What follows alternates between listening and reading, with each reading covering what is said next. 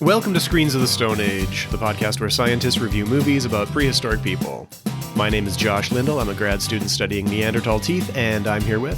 I'm Dr. Kimberly Plump. I am a bioarchaeologist. I study the human skeleton, health and disease, and evolution. And I'm Dr. Ross Barnett, paleogeneticist interested in evolution of large cats and Ice Age megafauna. And today we're reviewing Creatures the World Forgot.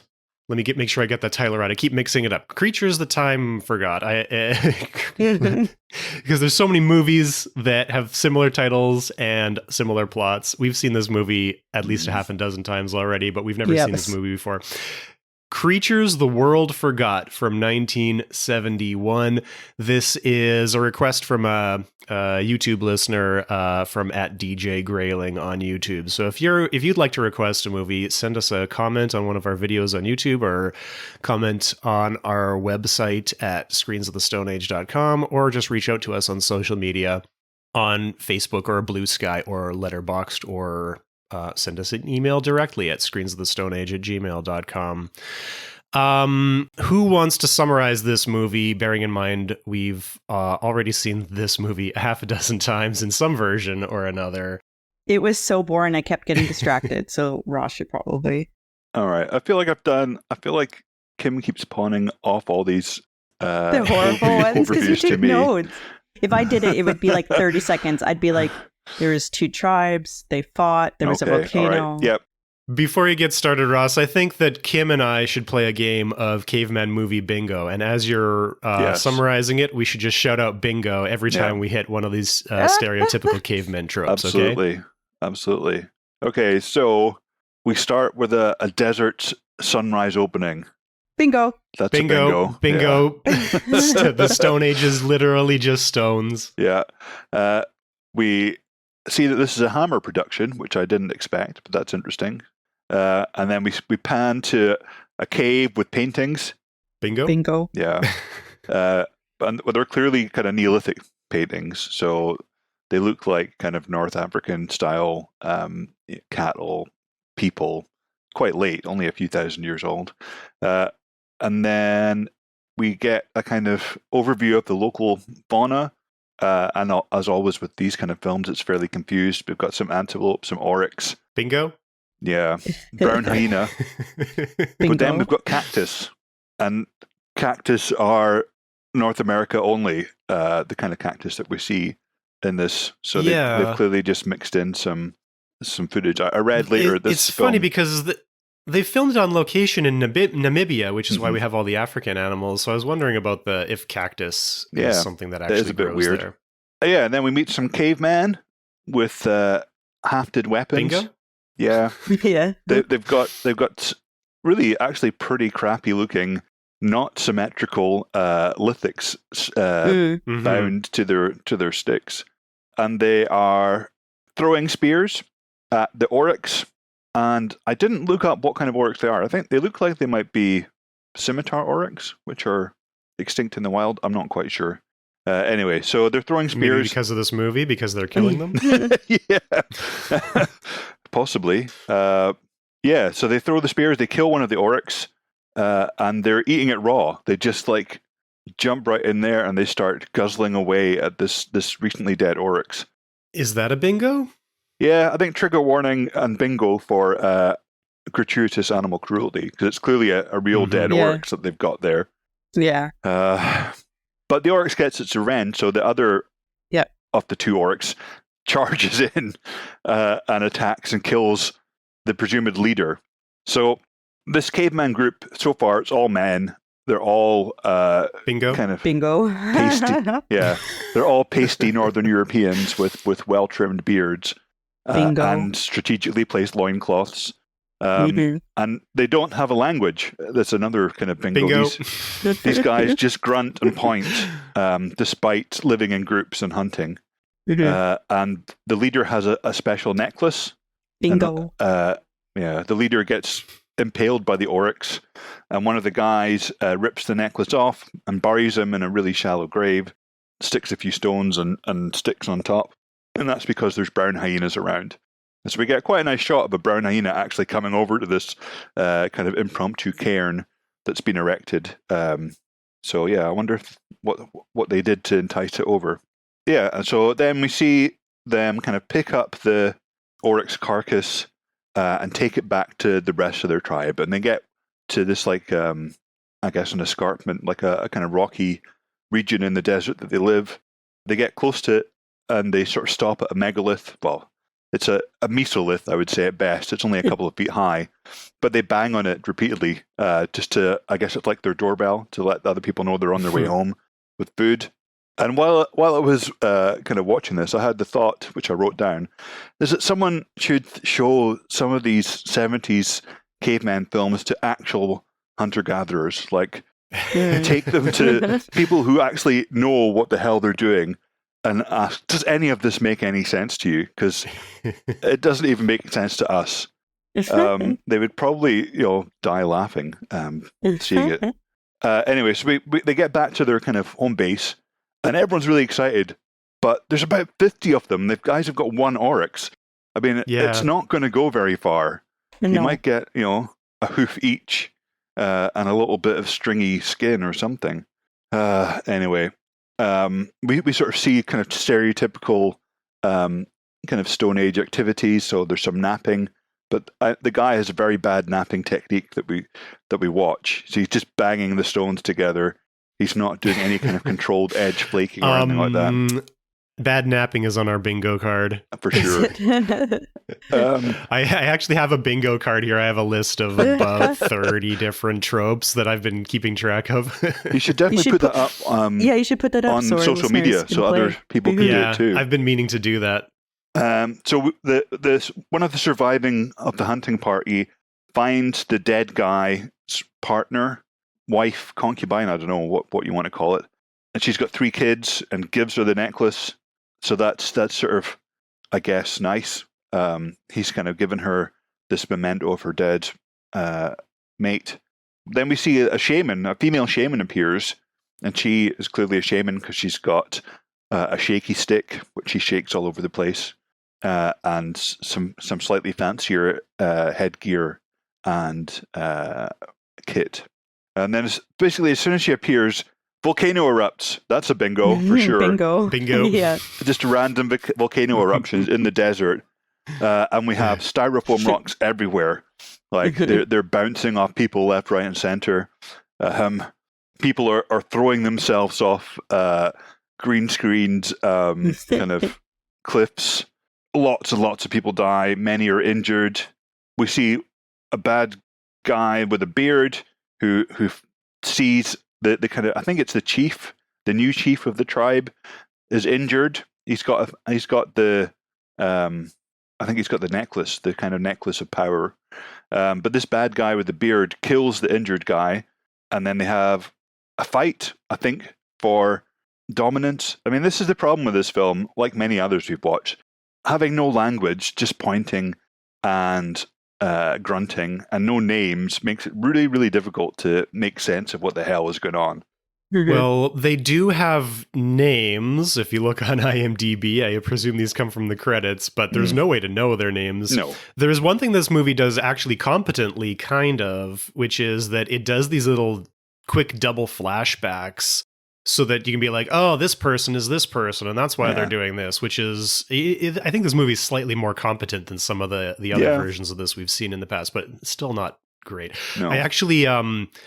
after half an hour, I was like, I have no idea what's going on. So I went and read the entire synopsis so I could just follow along for the rest of the movie. I couldn't find a synopsis because I was desperately looking for one. I couldn't find one. I couldn't find it either.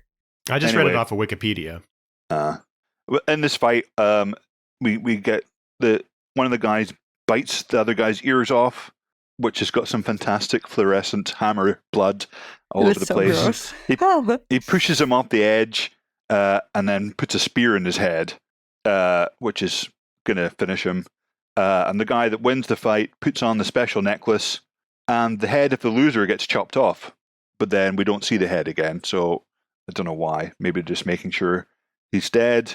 And then another bingo, they go off on a journey to a new place because their old place has been volcanoed.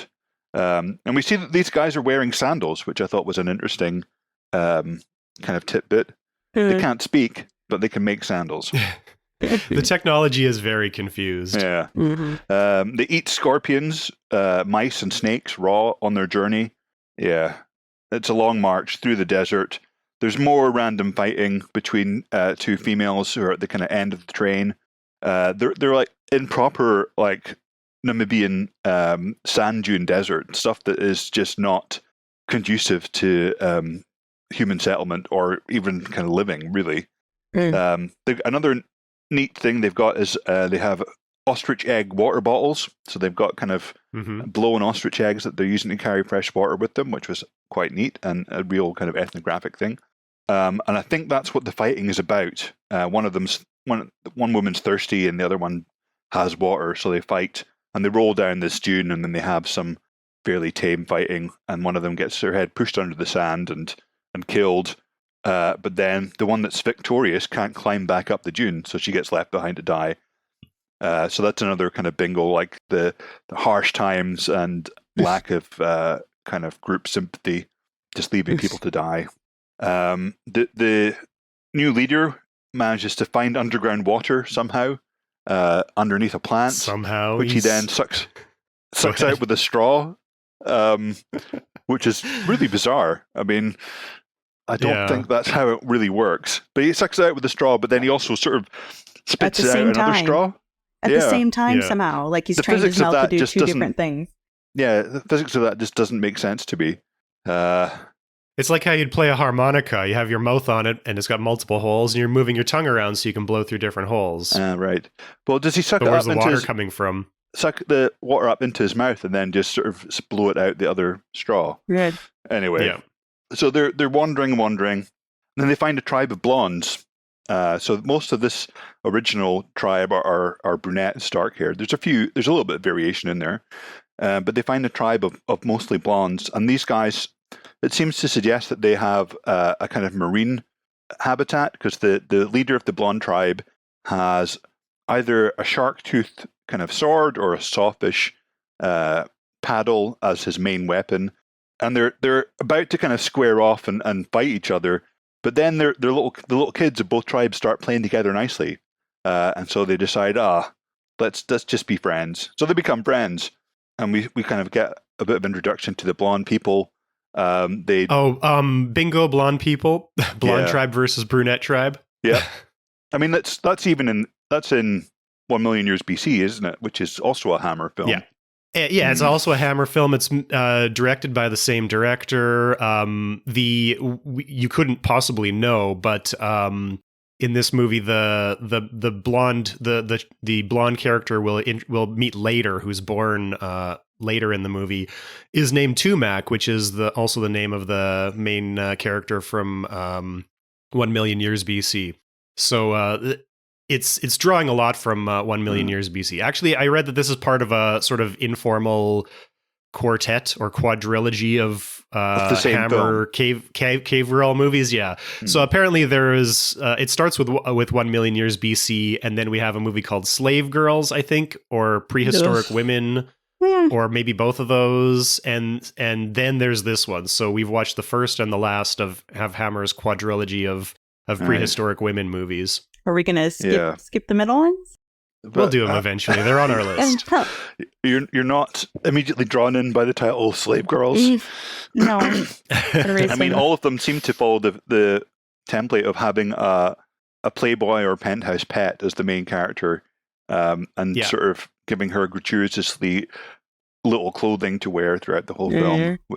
That's the entire premise of all four movies. Yeah. They're like, this worked really well for Raquel Welch, so we're going to do it 3 more times. Less so for this main character. I don't know why. What is the point of putting names in the end credits if they don't refer to the names at any point during the film? I don't know. This makes no sense. I don't know. Anyway, so we meet some more. We get an insight into how the blonde people are so different from the brunette people. The blondes do polychrome art and dance. They bring in a girl on a shark effigy, which I think they offer to the leader of the brunette tribe. There's a whole thing with like them lying down and getting hit with sticks by the shaman, which I didn't understand at all. Yeah. I'm not sure what was going on there. Just a bit of, I guess, light sort of BDSM for the kind of target audience of this film. It was very weird. We see that there's a young couple in the brunette tribe who seem to be kind of getting on quite well together, but I think the shaman steals the girl and gives her to the leader of the blonde tribe and ties up the brunette guy. So basically they've kind of done a partner swap, which I guess there is some kind of paleontological, anthropological evidence for this happening in kind of Paleolithic times. Anyway, so the young tied-up guy escapes. He looks for his girlfriend. He finds her with the leader of the blonde guy, of the blonde tribe, and runs off. And then I think the brunette tribe track these two until they find them dead on a rock. Is that right? Was that them that was dead on a rock, or was that somebody else? I had to. This is where I had to pause and read the synopsis. I think what happened is the shaman took the brunette tribe woman to give in exchange for the blonde tribe giving their woman, and then her partner didn't like that, so they escaped together, and then they got caught and executed for trying to escape. I think is what the synopsis said. Anyway, okay, I didn't get that at all. Yeah, it was very confusing. And so then, once they find these people, the brunette stop and build a fire, which they've not done at any point before. It's not clear whether they learned that from the blonde people or not. They do like a hand drill style fire. Again, that's a bingo for sure. And suddenly, they're now settled domesticators. It kind of skips forward a bit in time, I think, about 9 months. It's pretty wild that we've been watching a third of this movie and we haven't the main characters haven't even been born yet. No. Yeah. So now they've got goats, they've got cereals, they've got grinding kerns, they've got fire, and they're still in the same place. And they've been there for at least 9 months because we see that, I think, the blonde woman, but wasn't she just killed? I don't understand. The blonde woman that stayed with oh no, it's the blonde woman that was given to the brunette chief. Okay, so she wasn't killed. She is now having a baby, and it's 9 months later, I guess, since they left the original blonde tribe. And she's having a baby, which is very exciting. And so the chief of the brunette tribe is super excited, and he goes out and does a kind of Lion King showing off his baby to the rest of the tribe. But wait, there's more. So the shaman is in charge, is like the doula of this whole process, the midwife. And she said, wait. Well, she sort of shouts at him and brings the chief back in, and it's twins. So that's exciting. But of course, this being the sort of Hollywood Paleolithic, no woman can survive giving birth to twins. And so the blonde woman immediately dies of plot. And the brunette tribe are now left with two twins. And while this is happening, they're having a ceremony to mark the twins with I think the shaman woman marks the twins with a claw or something and does like a little scar on their chest. And while this is happening, everything kind of kicks off big time. So there's a lightning strike, and then as a lightning strike happens, one of the other members of the tribe starts giving birth and gives birth in about 15 seconds. She goes from standing up to popping out a child in 15 seconds. And I think, this wasn't very clear, but I think in the confusion, the shaman swaps the sort of normal woman's baby for one of the twins that have been born. Can anyone back me up on this? I could not follow that. I just know that one has a mark and one doesn't. Yeah, I think she swaps them. So only one of the twins has a mark, and the other one has been swapped with this other new baby. So what we think... Well, one of them was a boy and one was a girl, so that would be a difficult thing to do. Yeah, but nobody else has seen them up close. I guess so. I don't know. That's not what I read in the synopsis. What the synopsis says is there's two boys that are born as twins, and at the same time, a girl is born, and the girl is mute. She doesn't cry, and everybody is upset about it. And according to the synopsis, they want to infanticide the child, but the shaman saves her because of the lightning strike, and she thinks it's a prophecy, and then she takes on the mute girl child to apprentice, and she eventually does become she's apprenticing to be the shaman throughout the rest of the movie. Okay. That would make sense. It's very confusing. It is very confusing because there's, like Kim said, there's a point where the shaman is looking at the twins, and having marked both of them with this claw earlier on, now only one of them has a mark. So what is the point of that? Yeah, it's weird. Yeah. So I'm just going to go with my original. I think they swapped them over, and it was a boy and a girl twin, and they were both blonde, and that's because they've come from the blonde mother, and she swapped the dark-haired mute baby for one of the twins. Anyway. It wouldn't be the first time a Wikipedia synopsis for a movie we've watched has been horribly wrong. So maybe we got to rewatch that scene and go back and edit Wikipedia. And that would explain why later on, when the blonde girl shaman and the blonde boy are almost about to get together, but then they decide not to because they're brother and sister. That's how I kind of understood that. Anyway, then we cut forward again. So we've already had a 9-month kind of skip forward. Now the boys have kind of grown up, and we know they're the same because one of them's got the scar, and they're hunting porcupines. And we see that they've grown up, and one of the boys is very blonde, and one of the boys is very brunette. And we see that in kind of very simplistic terms that the brunette guy is bad and the blonde guy is good. Bingo? Yeah. Yes. Bingo. So the brunette guy kind of menaces one of the girls when she tries to rebuff him. He kind of sticks the porcupine quills into her. Yeah, that was horrible for both the porcupine and the girl. Weird. Yeah, really weird. And we see that the blonde boy is a bad hunter, whereas the brunette boy is kind of quite ruthless. And we learn that the shaman is teaching the girl how to be a shaman, gives her jewelry, is kind of teaching her how to be the kind of healer of the tribe. We see some more hunting with the tribe leader, the father, and the twins. They're hunting warthogs this time, African warthogs. The brunette guy fails in his attempt to kill the warthog, but the blonde one uses a net, which is kind of quite fancy technology, and manages to catch the warthog, and his dad is ecstatic, really. And then more time passes, so now the kids are adults, and we see that the brunette guy assaults the shaman girl, and she kind of brains him with a rock. That's going to be bingo. Another sexual assault is a bingo, I think. The blonde twin follows, and he kind of protects the shaman girl. And then the dark-haired twin kidnaps the girl, and I think another tribe kidnaps her. Oh, right, okay. Yeah, another and tribe. then they have to go rescue her. And they kill some of the tribe. Yeah, yeah, and they kill some of the brunette tribe with traps and run off into a cave.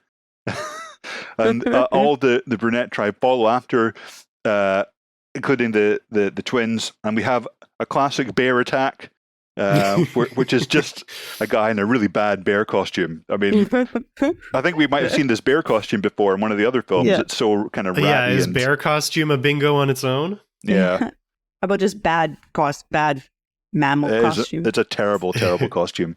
But the girl escapes, the blonde shaman girl, and then she starts fighting one of the women from the other tribe.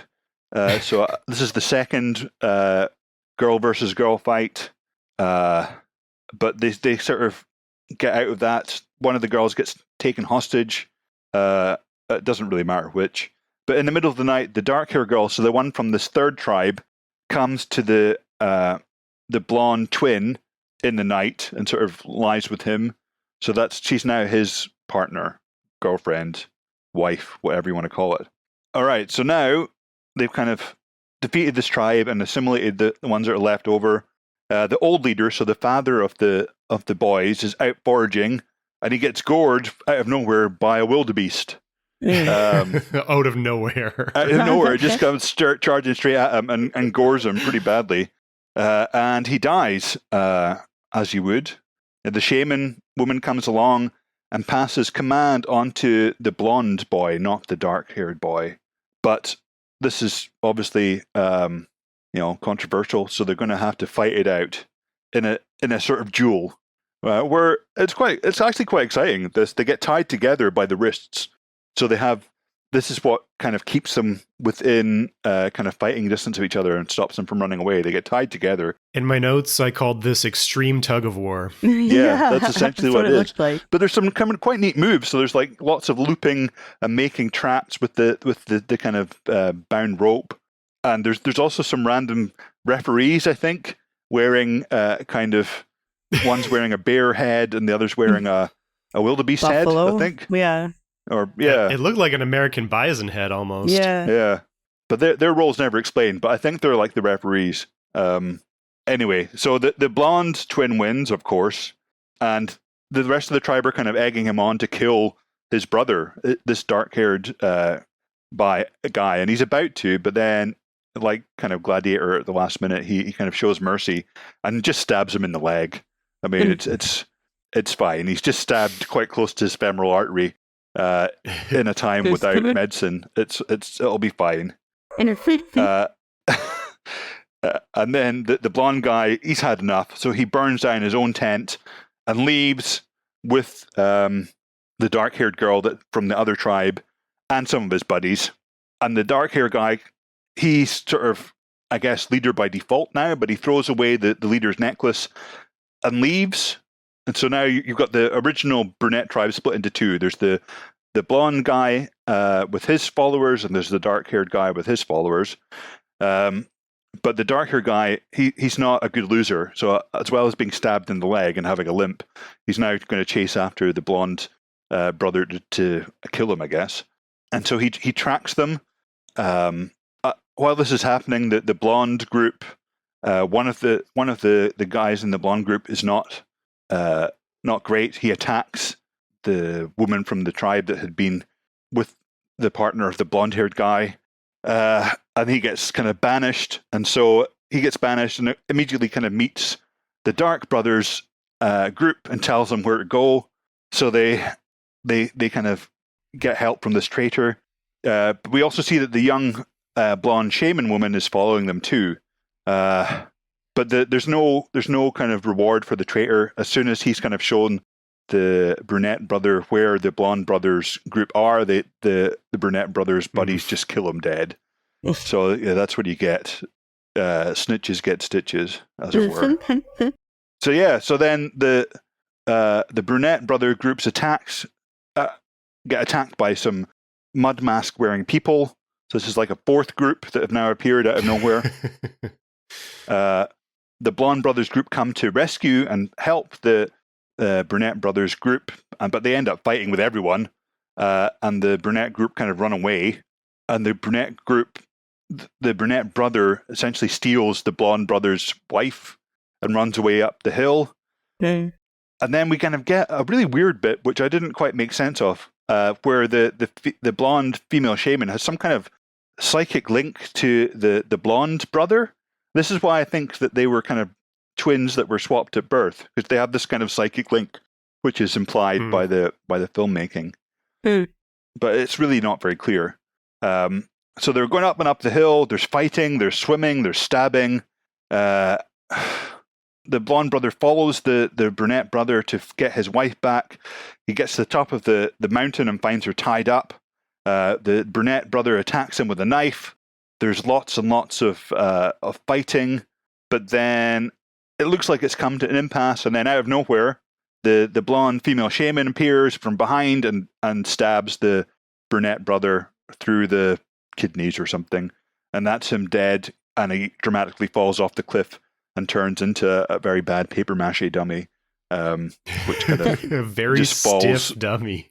Yeah, falls dramatically to the bottom, and then that's the end.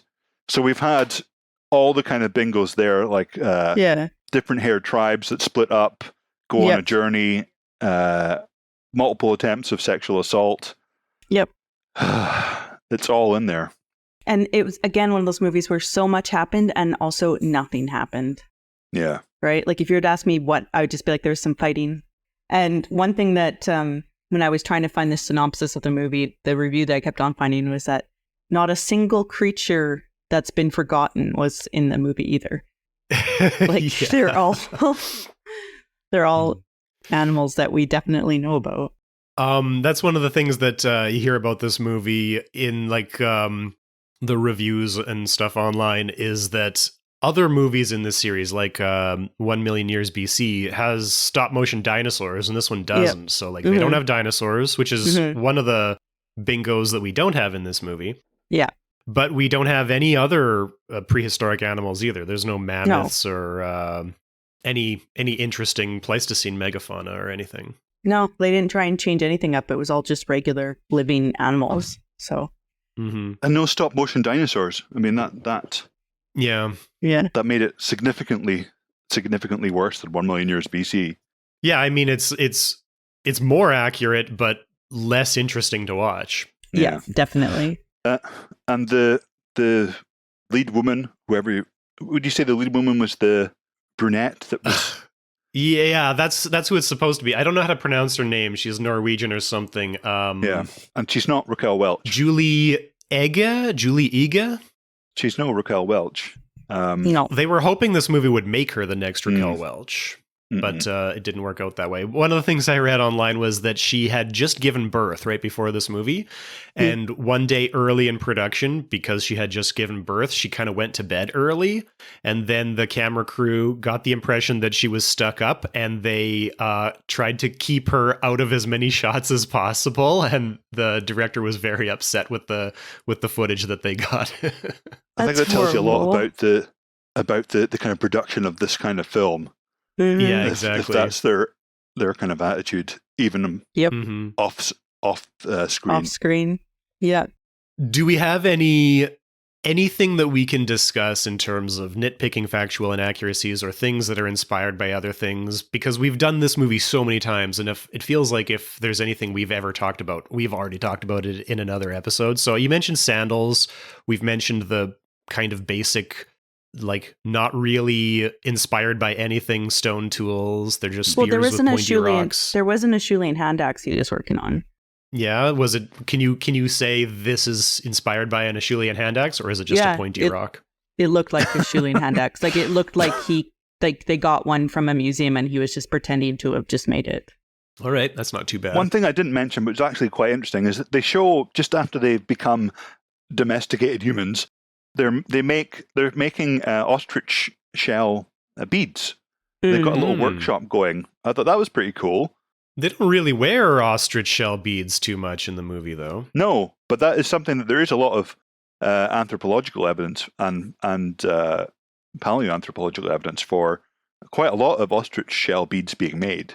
Because the ostrich shell is quite a good material to work with, quite easy compared to bone, ivory, lithics. It's quite easy to work with, and it's still used today. Like, people wear ostrich shell jewelry even now, which is pretty cool. We had a speaker and a workshop at the University of Manitoba a few years ago talking about ostrich eggshell beads archaeologically, but then we, for the last half of the time period, got to practice making ostrich shell beads. Fun. So we got to make as many as we could make in half an hour. So I have 7 ostrich shell beads in a little baggie somewhere that I made. Really cool. 7 an hour is not too bad. Yeah. Yeah, I was pretty happy with myself. I did about twice as many as most people did. So I feel like I'm pretty good at making ostrich eggshell beads. Yeah. 20,000 years ago, you'd be a man in demand, I think. Yeah. We were using sandpaper, though. I don't know. You'd have to be using a coarse rock, I guess. Maybe sandpaper is a little more efficient. Yeah. But also the thing that stuck out to me, which I thought was cool, was the use of ostrich eggs as water bottles. That, again, something which there's a lot of evidence in the archaeological and ethnographic literature for. And one thing that I thought was cool that it reminded me of is that some of the first evidence for the extinct elephant birds from Madagascar were through their eggshells. In fact, if I'm remembering rightly, some of the first French ships to make contact with Madagascar were met by native groups kind of coming out to meet them in their boats. The Malagasy came out to sort of trade with these French ships. And one of the things that was noted by the French sailors was that they had this enormous, essentially unknown at the time, elephant bird eggshell, complete, that they were using as a liquid carrier. And they attempted to buy it off the Malagasy, but they weren't giving it up because these things were so kind of such precious commodities. Because elephant bird eggshell can carry about 6 times as much liquid as a ostrich eggshell, and obviously by the time the French were there, so we're talking like 17th, 18th century, there was no more elephant birds to make eggs, so they were very much a finite resource. Wow. But yeah, people have often used raytide eggs as pretty robust liquid carriers for water, alcohol, what have you. But it makes sense. I've got a rhea egg downstairs, which I got from a place I was staying. Well, for my 40th birthday, myself and my wife went to a hobbit village and stayed there, which was tons of fun. And as well as being a kind of hobbit village with like little hobbit holes, they had rheas weirdly nearby, and they were selling the eggs there for really not very much. So we bought one, and they made fantastic omelets. But the eggs themselves are really solid. Like just to get into them, I had to use a drill. Holy cow! And rheas are much smaller than ostriches and elephant birds. So what did it taste like? Just like a normal egg. I mean, you couldn't tell the difference. It was really tasty, and it made a very, very big omelet. And the color was the same? Yeah, color was exactly the same. We did a similar thing when I was a kid because for a short time there was an ostrich. There was like an ostrich farm phase in the 90s in Canada and maybe the United States. So there was a couple of ostrich farms that were short-lived. There was one down the street for me. Yeah. Yeah. And so we got an ostrich egg and then, drilled a hole in it and blew the egg out and made a giant batch of scrambled eggs. And then we had this ostrich eggshell for all of my childhood that was pretty indestructible. I think it broke eventually, but we probably threw it around like a football. I don't know what else we would do with it. So in the movie, they also herded goats. So they're kind of mixing up. The timeline mix-up is less so than if they had dinosaurs. But there's still like Acheulean hand axes with goat domestication. Yeah, and no language with complex group activities. Yeah. I think they don't use them, but I think one of the guys has a bow and arrow. Yep. Yeah. I think they picked that up from the blonde tribe because the children had little toy bows and arrows, and then afterwards the resultant tribe has real bows and arrows. Yeah, the blonde tribe also have this weird kind of shark thing going on, but at no point do we see a beach or the sea or anything like that. They're entirely in the desert. There's no hint of an ocean anywhere. They have the sawfish rostrum. They've got a conch shell that the kids are playing with. They've got all kinds of beads in their hair. It's really implied that they're ocean people, but there's never an ocean. So there's also no plants or anything. I don't know how they would have survived aside from their goat. It's so weird that they show, vibrant ecosystems. They start off hunting on the savannah, and then later on they travel and find this sort of jungle waterfall. But for some reason, they always decide to live in the middle of a rocky desert with no plant life anywhere. Yeah, it's so weird. In terms of the birth scene, childbirth was probably one of the main killers of women and babies back in the day. Still one of the top reasons for why women for maternal death. So I could see if you, especially giving birth to twins, that you would probably die at that time. Yeah. Mm-hmm. But true. And we do know that twins were born like in the Paleolithic. I mean, obviously, but there's I think is it I can't remember the site. Somewhere in Sunga, is that what it's called? Sungir. They've got a twin infant burial. Yeah. From the late Paleolithic. Mm-hmm. It's so cute. And I think that that's a bingo as well. There's lots of caveman films that have, or caveman art that has twins in it. I know that one of my favorite cave person books, The Dance of the Tiger by my hero Bjorn Curtin, is the story of two twins in that as well. Well, I mean, even nowadays, when we understand what happens and everything, twins are still like have notoriety just for being twins. Like if you're in a school and you're a twin, you're cool and popular or well known, at least just for that on its own. So back then, it would have been a big deal. One thing that is actually clearly inspired by something in real life was the Mudman tribe. Do you guys know what that's from? I mean, those masks are very distinctive. Is it the Dogon people? I don't know. If it's certainly there's I think it's a West African group that wears almost exactly that style of mask. Interesting. I don't know about that group. Let me just see what they look like. In the meantime, I thought they were based on the Asaro people from Papua New Guinea, and their masks look pretty much identical.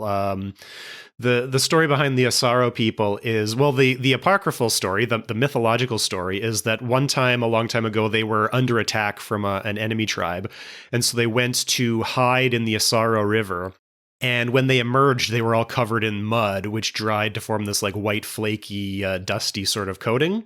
Nice. And the enemy thought they were ghosts and ran away. And ever since then, they've had this ritual of coating themselves in wet mud. And then they make these really interesting mud helmets that have these grotesque, sort of creepy, sort of comical faces.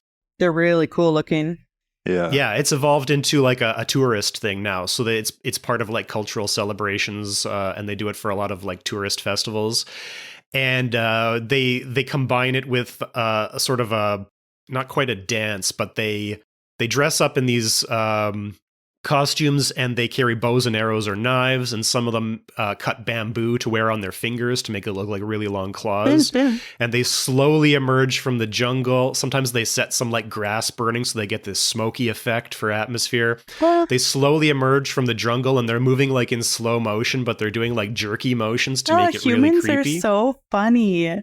Sometimes they're just amazing. That would scare the shite out of me, for sure. Yeah, if I saw totally that coming towards me. Totally. I mean, there's no doubt, having looked at those up now, that they're definitely essentially carbon copying the Saro mud masks. The Dogon ones, they do wear masks as well for some of their ceremonies. I think they're based in Mali in West Africa.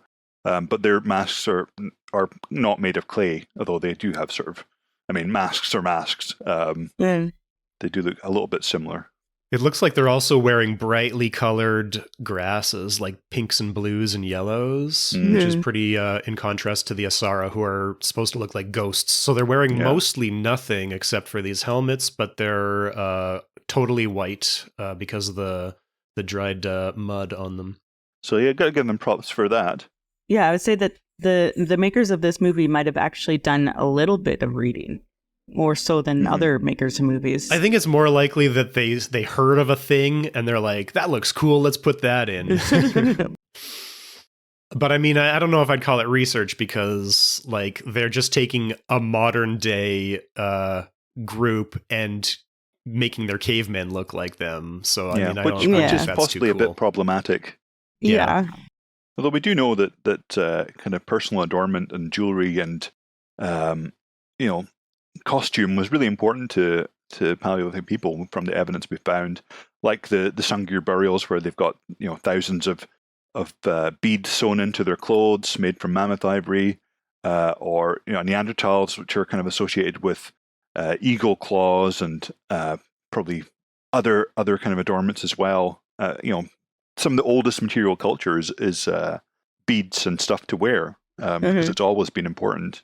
I don't know what else to say. I mean, like, I've seen this, we've talked about this movie so much already through multiple times. Yeah, well, maybe we can list all the other movies that are exactly the same as this movie. So we've got 1 million years BC, and also 1 million BC, which is the original that the 1966 sequel was based on. Yeah. What else do we have? The one with Ringo Starr, what's that one called? Caveman from 1980 and 1981. The Italian one with the stupid name, that's pretty much the same as well. Masters of the World?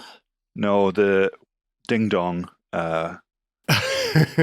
I'm going to say Masters of the World is also in this list, a rambling group of cavemen. When men carried clubs and women played Ding Dong. Right, yeah. I mean, it's sort of also Quest for Fire and Clan of the Cave Bear as well. Yeah. And what's the one with the mystical egg-giving volcano? Oh no, that's The Land That Time Forgot. I mean, it's got the same title, essentially. Yeah, and the funny thing is that this movie sounds a lot like The Land That Time Forgot and The People That Time Forgot, but it's totally unrelated to those ones. Yeah. Adam and Eve Meet the Cannibals is more or less a rambling, another Italian one, a rambling caveman story where a couple is just wandering around and they keep meeting other tribes who attack them. The French comedy one, it's a bit like that too. Yeah. That one's pretty. We liked that one though. Was pretty funny once you got the feel for the French comedy. Yeah, Year One is a bit of that with kind of the kind of topsy turvy chronology and people wandering around and stuff like that. Mm-hmm. I think Iron Master probably fits the bill here. Yeah. Was that one Italian? The main character was played by an American actor. Iron Master's the one with the guy with the rippling pecs and the kind of Fabio hair, isn't it? Yeah, he was played by a porn actor who unfortunately died not too long after. I think that might be some of the movies we've covered with this basic plot. The Charlie Chaplin and Buster Keaton films. I mean, there's lots of that in there as well. Yeah. Oh, 10,000 BC, more or less, is a rambling quest through the desert. Yeah, with anachronisms. Firebringer, I mean, apart from the music and dancing. I don't know how you guys remember all of this. We don't. I'm just looking it up on our website. Oh.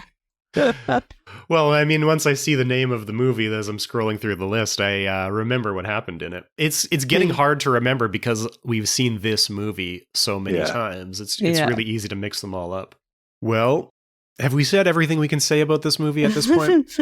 I feel like it, but I don't know. Yeah. We should maybe put out a kind of, if you're going to make a caveman film, at least have them speaking a language. Doesn't have to be English, but you can put subtitles on. Give them names, for God's sake. Otherwise, no one's going to know what's going on. Yeah. And at least try and have a comprehensible plot. Yeah. And just help us, and focus on things. Help us get a connection with people. That's what I find with these ones too, is there's no connection. It's just flying around. There's no, I mean, it doesn't help that I watch it on 1.5, but still. Yeah, this is definitely a 1.5 film for me. I think I made a note at what point I did. So... I didn't make a note. Oh, I just started halfway it. through, I thought, that's enough. Yeah. Put it on at 1.5 times, and it just made them walk a bit faster. But there were so many shots of them just walking places. There's a lot of walking shots. Yeah, I think the problem is that we see a lot of these 1960s, 1970s caveman-sploitation movies, and we've talked about this in other episodes, how a lot of these are coming out after the end of the Hays Code. So a lot of it is an excuse to show women in scantily clad caveman outfits. And that's the problem with most of them, is that the premise of the movie is showing off sexy women. It's not about having a story or a plot. And that's just the main problem with the movie, is there really is no plot because it's just an excuse to get women on screen, right? Great. Well, at DJ Grayling on YouTube, you asked us what you wanted to know what our thoughts would be on this movie. You've got our thoughts. If anybody else wants to know our thoughts on any other movies, send us a message anywhere you can reach us. Preferably better movies than this. And thanks for the request. Thanks for the request. You can also join our Discord server, which, as I expected, is not going to be very active for a pretty long time. But if you wanted to join it and send us messages there, that's a direct link. I'm I'm on Discord on my phone, so I get those messages right away. You guys don't? You only log into Discord on your computer when we record. But if it started getting active, I could encourage you guys to download the app on your phone so you can get messages when people interact with us there. Yeah, sure. Yeah, this is very much this is sub 1 million years BC, I would say, not just because it doesn't have cool stop motion dinosaurs. It doesn't even have very many cool animals in it. I mean, brown hyenas, they're pretty cool. Porcupines, not very cool. Oryx, they get badly treated. I think it's the first time we've seen somebody killed by a wildebeest, though. Yeah. Yeah, that's maybe something it's got going for it. We're always talking about how there's so many predators in the movies, and we're talking about how the herbivores are often the more dangerous ones, and that's what we see in this movie. Nobody gets killed by a predator. They're only getting killed by herbivores. One guy got killed by a bear, which is omnivore, I guess. But two people get killed. But also, the bear got killed by having its neck broken by someone's bare hands. Yeah. Yeah. But yeah, there's one guy gets killed by an oryx, one guy gets killed by a wildebeest, one guy gets killed by a bear. So out of the kind of natural deaths, I guess you can call them that, that's 2-1 to the herbivores, I would say. Do you have questions, comments, or movie requests? We want to hear from you. Find us on Blue Sky and Facebook at SOTSA Podcast. Send us an email to screensofthestoneage@gmail.com or visit our website at screensofthestoneage.com.